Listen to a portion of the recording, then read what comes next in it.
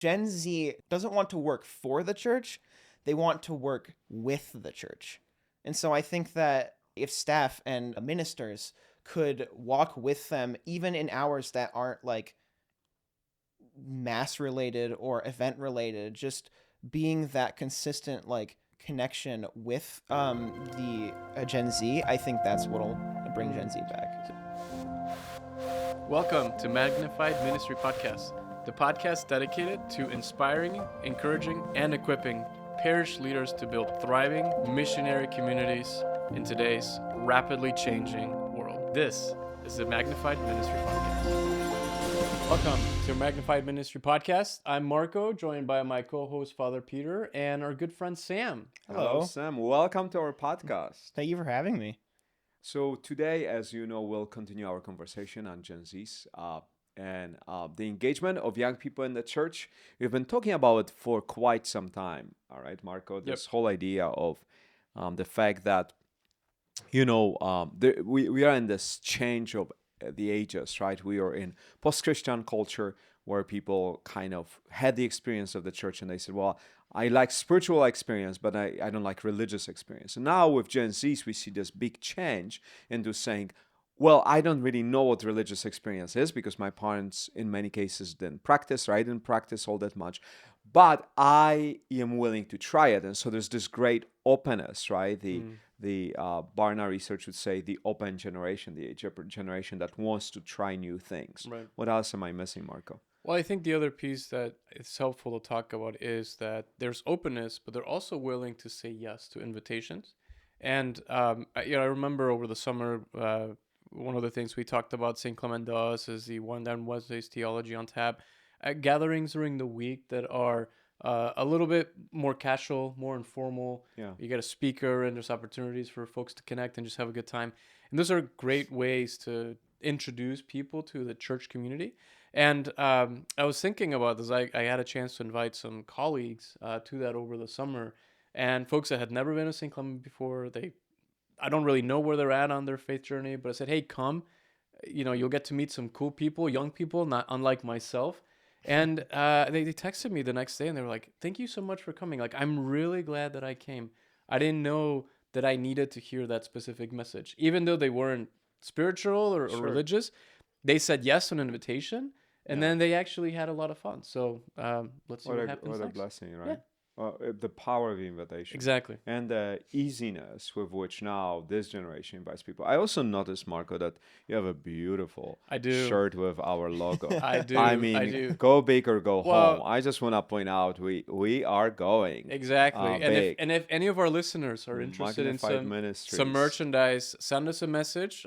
We can make sure we find a way to hook you up with the right people. Hook you up with the right people who can give you or produce for you. That's right. A wonderful shirt that Mark has. Now I'm jealous. Anyway, well, Sam, welcome to our podcast. So as we continue this conversation on engaging Gen Zs, obviously you are Gen Z, so hence we thought we'll invite you. Tell us a little bit about kind of your story here at St. Clement. Yeah. So I grew up at St. Clement. My parents got married here, and I've been involved in St. Clement for quite a while because I used to be a minister in the chapel mass at 9:30. And there was a time during COVID when I stopped going to mass entirely because I didn't feel much of a connection. And the thing that brought me back was community. It was the Faith Hub Mass and Father Bradley and you. Who wanted to include me in the music ministry, which was really awesome to be a part of, and it kept me coming back because of the community, and eventually then because of the mass. And here I am now, and now I'm working for St. Clement. So I love this kind of a flow of it. So you miss the community, you were invited to be part of the community, you like the community, and the community led you to a relationship with Jesus, a better understanding of the Eucharist. Can you unpack that a little bit, just for the church leaders? Because I think that helps the church leaders to say, what must I do as a church leader to help people like you to have similar experiences?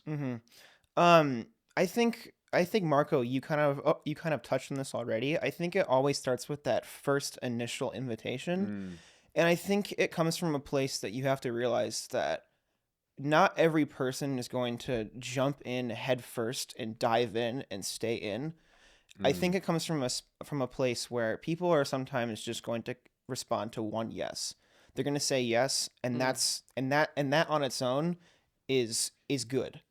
That you're gonna have people who will come and engage with one type of program or one ministry 1 week, and then for maybe a week or maybe even a month, they're gonna not show up, and then they're gonna come again. But it's just about that positive connection and how you keep reaffirming it and how you keep hammering it in, and eventually that like positive association, I think, begins to set, and they start to engage more because of the community, because of the things that they're being taught.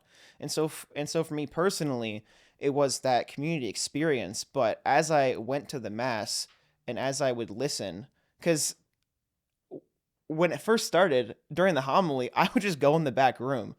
I would not listen. I would just get up from my spot. That was a nice break. Yeah, really. You're performing during that Yeah, time, exactly. right?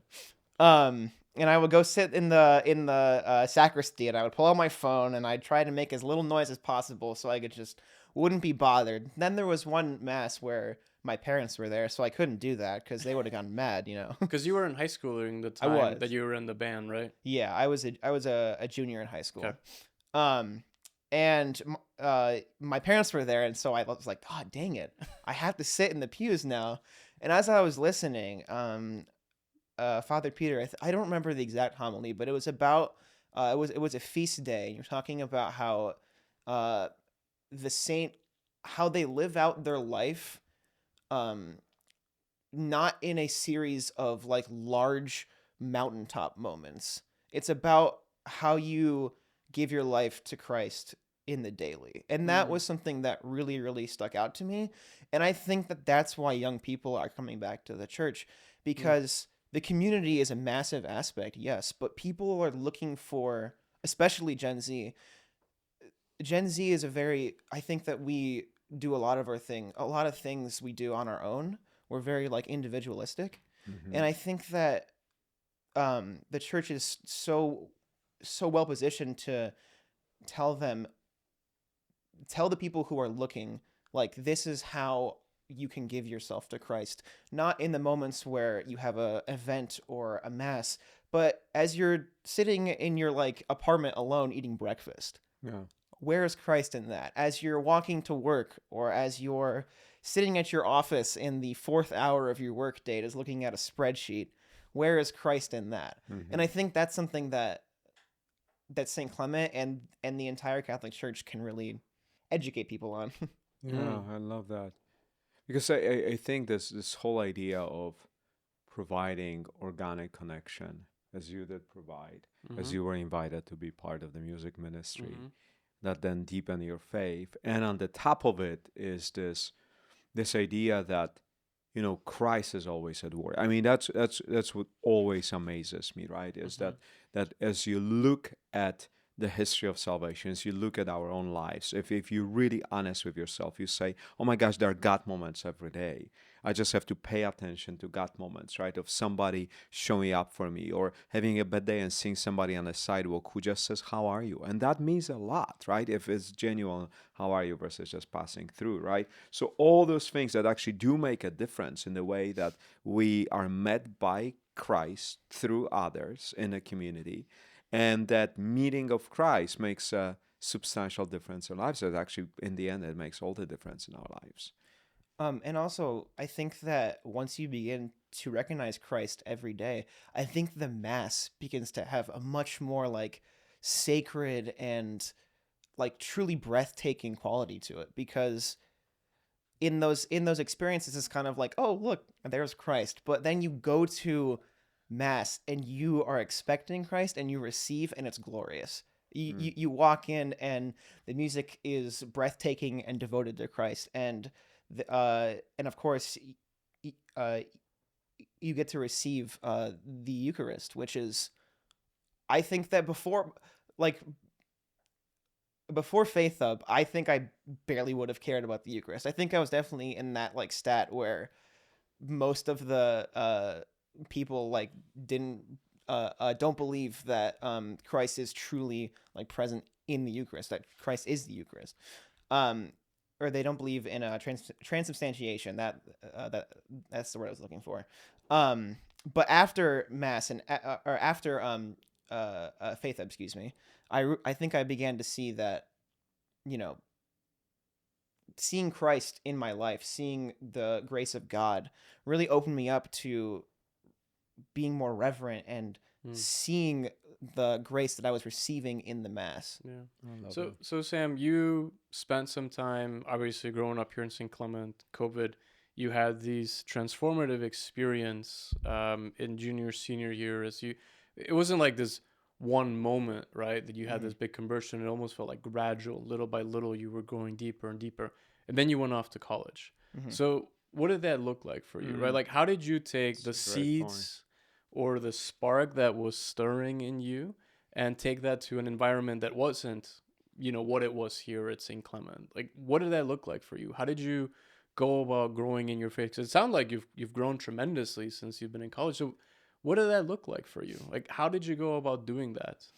Truthfully, it's honestly more of the same. It's like I think I mostly continued that like pattern that I had from junior and senior year, where after that initial first invitation, I warmed up a lot more to the entire Catholic faith, where I think it was my freshman year, and it was like move-in weekend, and sitting in the like South 40 of my school, which is the like freshman residential area, were the priest, deacon, and a head campus minister of the Catholic Student Center at WashU, and they were just talking. That was it. They were just talking. They didn't have like a sign. They were just sitting at a table, just talking, saying, "Hi, welcome to WashU," and I think that was a great method to just get people interested. And I don't know, from there, I immediately, of course, walked up. Even without my mom or dad being there, I was like, okay, I have to go there. Like, That's awesome. come on. That's great. And every year after that, I've just been living with, I joke a lot that I live more at the Catholic Student Center than my house. In fact, I've said to some people that I go to the Catholic Student Center and WashU is my part-time job, which I probably shouldn't do. Sorry, sorry, mom and dad. I've just been seeking out how to live with Christ in all of the little moments of the day. So much so that actually now I go to the gym with my priest, because both of us were like, we need to go to the gym. Let's just do it together. And finding those moments of community and connection with other people. Wow. So one question I have as I listen to you, right, for the parish leaders, church leaders that are listening to us, that are trying to figure out, like, how do I make space for Gen Zs? What is it that you need? Like, what is it that you guys are looking for in the church? And then we'll unpack it more. I think it's a like just community again. But I also think it's like a guide, if that makes sense. I think Marco, I think you said it really well. There was an episode a few weeks ago where you described it as Gen Z faces a decision like Chipotle or a Chinese restaurant, where you can, that I always think about. It's great. Like, you can walk in and you have a structured guide, or you can walk in and they hand you a 10-page menu with like 100 different options on it. And I think that the church does the former, and I think that it's really great, because if you can, number one, the most important thing is welcoming people in, being that initial first positive connection.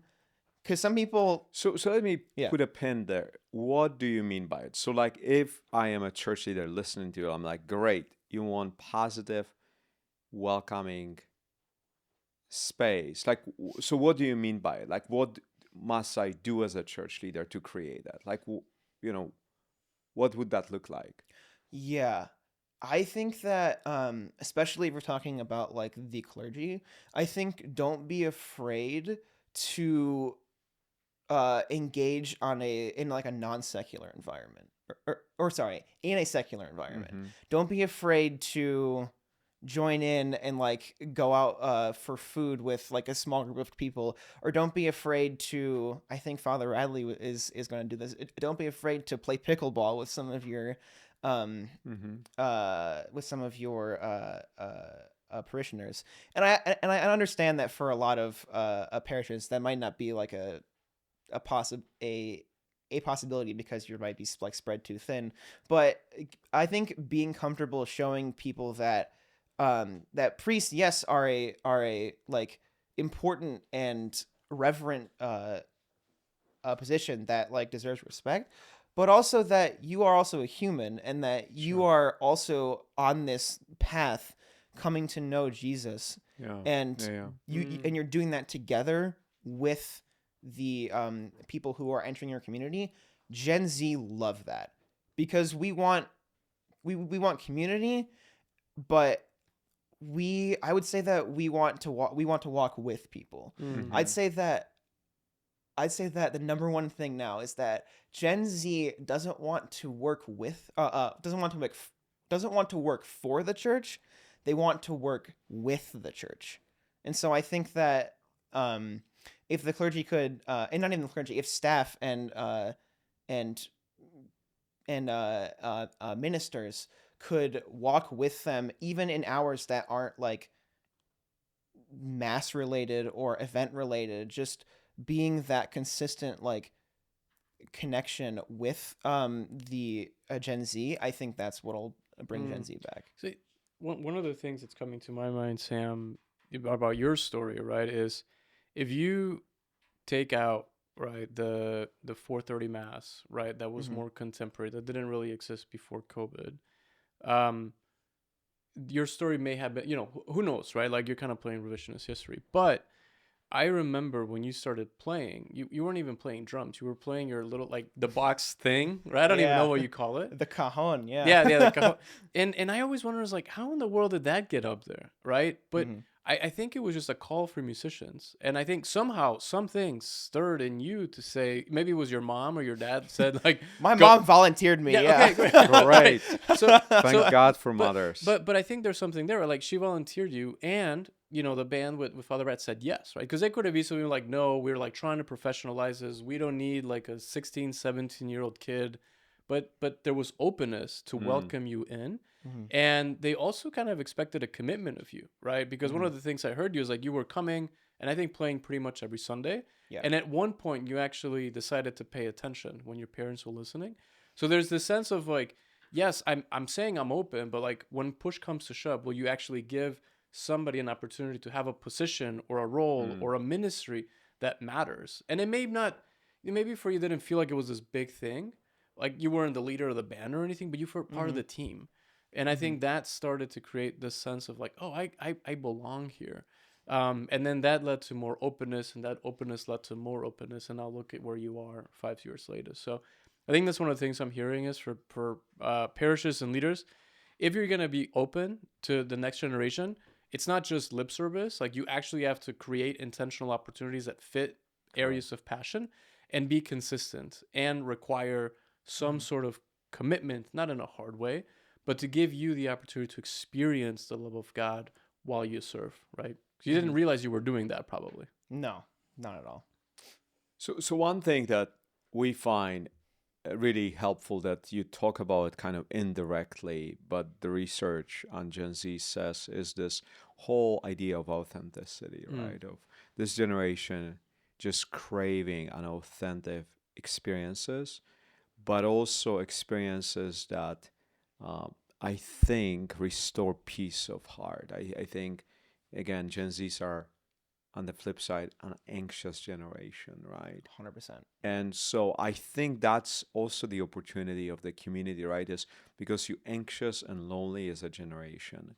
I think the church has this great opportunity to come and say, just experience communion of saints, which you did in playing instrument. And the communion of saints are not perfect. They were not perfect when they were live here, but what they did is they did life together. And you start seeing how the holiness of daily life starts changing the fabric of the community. That's what Communion of Saints is. It transforms you into being one of them. But it does it in a natural, non-rushed way in which you just come to experience both the authenticity of Christ's call, but also the dedication of the community that continues to just uplift and support and calls you out of lowliness into this sense of peace. What else would you say, in campus ministry at WashU, where you're active? What do you see young adults are looking for, and what is it that they're not looking for that the church is trying to offer? Are there any things that we say, oh, we always done those things these ways, and when you look as a Gen Z through your lens, you're like, yeah, great, thank you, no thank you. That's just not of interest to me, or not of the infinite, like the most important thing to me. I'm glad you asked this, because I wanted to touch on what Marco said previously of I know for sure what they're not looking for is like a kind of, I think I would describe it as an archaic traditional program of something that like either campus ministry or even a parish, something that they're only doing because they've done it for 37 years. 37 years, sure. Longer than both of Using us. the same notes. Longer than both of us have been alive, right? That's right. But I think a lot of it is some of these programs, they kind of exist because they always have been, and I think they kind of lose the connection. And a lot of the time, especially if you have community members working in those programs, you're not really enabling them to use their unique gifts. I came back to the church because my unique gifts of playing in the mass were sought out. And I think that Sure. I think that we actually just went to the Alpha conference, and there was a speaker, Annie Grandel, who she said this, and I've been coming back to it like almost every day, where she said that parish leaders should be more like Zacchaeus, that they should they should go to younger people, especially Gen Z, and they should give them the tools they need to succeed, like accentuate and bring out their own skills so that they can lead the way for others, which I think is, don't get me wrong, that is difficult. That is really hard to just say, here you go, new community member, do what you do. And even like being present enough to find what someone is good at is also a very, very difficult thing to do. But I think that by doing that, I think it's sort of like a positive feedback relationship. It's mutually beneficial. If you can take the time to find how your young people will, like, what their skills are and how they thrive, then the church itself will thrive. That's brilliant. That's great. That's So great. so if you were to give one advice to church leaders around engaging Z, you kind of spoke about it a lot, but how would you summarize that? Yeah. The thesis. Oh gosh. Yeah. It's a working one, so you don't have to worry too much about it. You can change it tomorrow, as I always say to people. I would say it's a 3-step process. Number 1 is that first positive connection. Number 2 is to continue to walk with them. And number 3 is finding their strengths and their gifts and channeling those gifts into a program that they can lead. Because then it all starts from number 1. Right. Sure. And then it keeps going and keeps Right. going. That's a really quite a virtuous cycle that you're talking about, right, Sam? And I think that's resonates a lot with what we've heard in research and had in other conversations. The importance of inviting, creating space, equipping, calling forth, and getting out of the way, right? And I think as a parent, right, of young people, and maybe your parents feel the same way, like we just have become so obsessed with controlling our children, right, and our young people, and preventing them and keeping them from failing. And I think that's one of the mindset shifts I think we need to have as parish leaders, right? It's like, no, we actually have to create the space to let you flourish, right? And sometimes you're going to make mistakes. Sometimes you're going to say the wrong things. Sometimes, you're not going to know the answers. But in a year, in 2 years, you will grow and flourish, and you will also be able to bring others along. And so, I don't know, it's been a joy just to hear you, Thanks Sam. for joining us, Sam. Thank you for having Just to me. see where you were 6 years ago, playing your little What your a little joy. box is amazing. So Well, it's great to have you. Thanks, everybody, for joining us. We cannot wait to join you next week. We'll land our conversation on Gen Zs, and then we'll start talking big time about preparing for Thanksgiving and Christmas and all the fall stuff that you ought to think about as a church leader in order to engage the next generation. God bless you. God bless.